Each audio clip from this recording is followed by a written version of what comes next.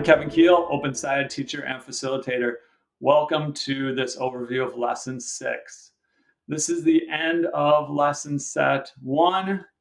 We figured out a lot about how objects can produce different types of sounds.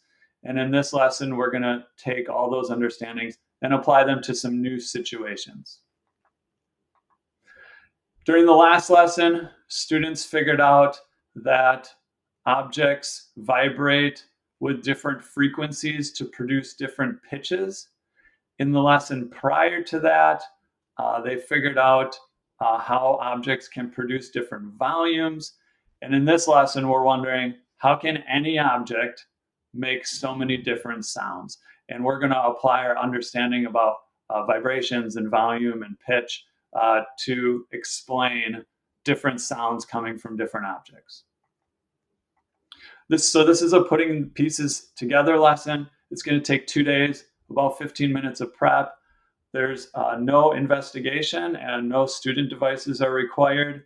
There is a video of someone playing a harp that you're going to have to play for the summative assessment day 2. There's 3 chunks or components to this lesson. In the first one, we're navigating in, reflecting on our progress tracker, the things we figured out about pitch.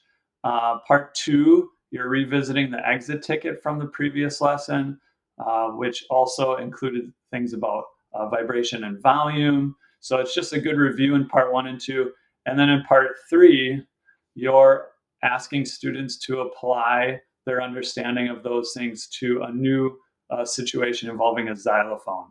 So students are going to argue what sounds are being made based on graphs that they're given about vibrations of a xylophone. At the end of day 1, you're going to take all the things we've figured out and apply that to update our consensus model of the truck speaker in the window and update our driving question board to see which questions we've answered at this point in the unit. And then day 2, the last chunk of the lesson, students are going to complete their summative assessment, first one for the unit, where they're going to apply their understanding to explain different sounds coming from a harp. So in this lesson, we're applying our understanding to explain different sounds coming from a xylophone.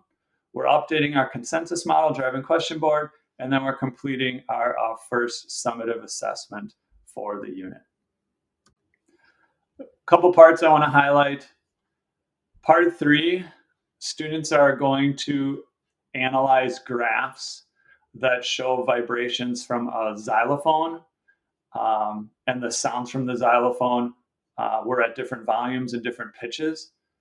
So there's going to be a set of graphs and then 2 question sets, one related to volume, the other related to pitch, and you're going to assign student pairs to complete one of those question sets, where they're just asked to argue whether the sound based on the graph would be a high pitch or low pitch, high volume or low volume, and why.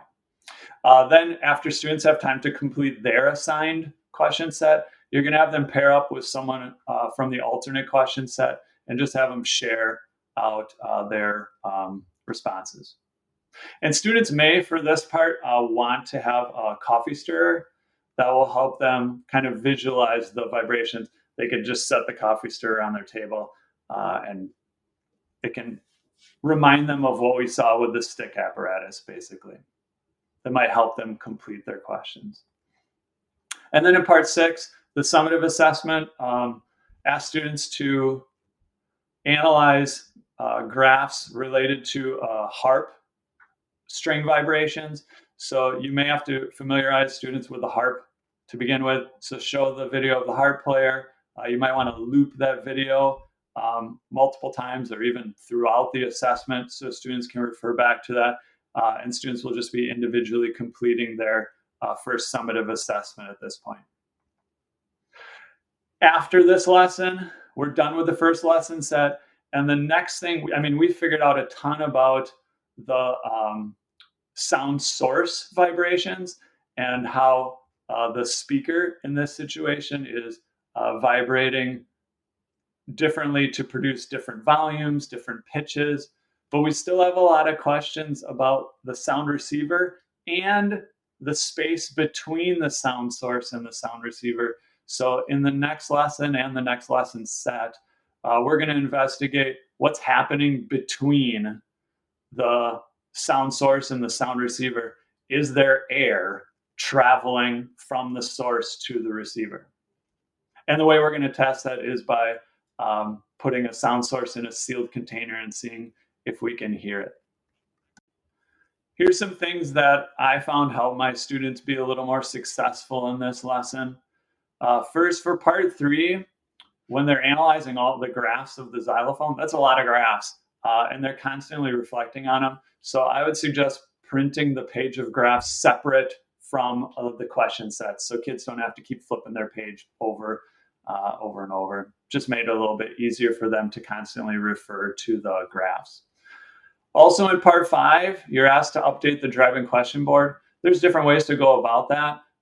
You could just do it all together as a class. You could have students individually reflect on which questions they think we've answered and even write a response, write their answer to that question. The teacher's edition gives some suggestions on how you could go about updating the driving question board. The summative assessment in part 6, thought it was pretty straightforward. There was one question number 5, that I needed to clarify for my students. It asked something like, which graph would produce a sound that has both high volume and high pitch? And some of my students didn't have both of those things as criteria. They went with one or the other. So I would just highlight that, elevate that for the students. And then if students finish their summative assessment early, there are a couple differentiation opportunities. There's some supplemental activities that are available. So you can check that out if you have time or kids finish their assessment early. No words in this lesson. And then the only poster, which you might want to refer to, especially early on in this lesson, was the characteristics of waves that we produced in lesson 4 and 5. So that's it for this first lesson set. Again, we learned a ton about the sound source and how it's producing different types of sounds. But what about the space between the source and the receiver? We're going to have to investigate that a little bit more. See you next time.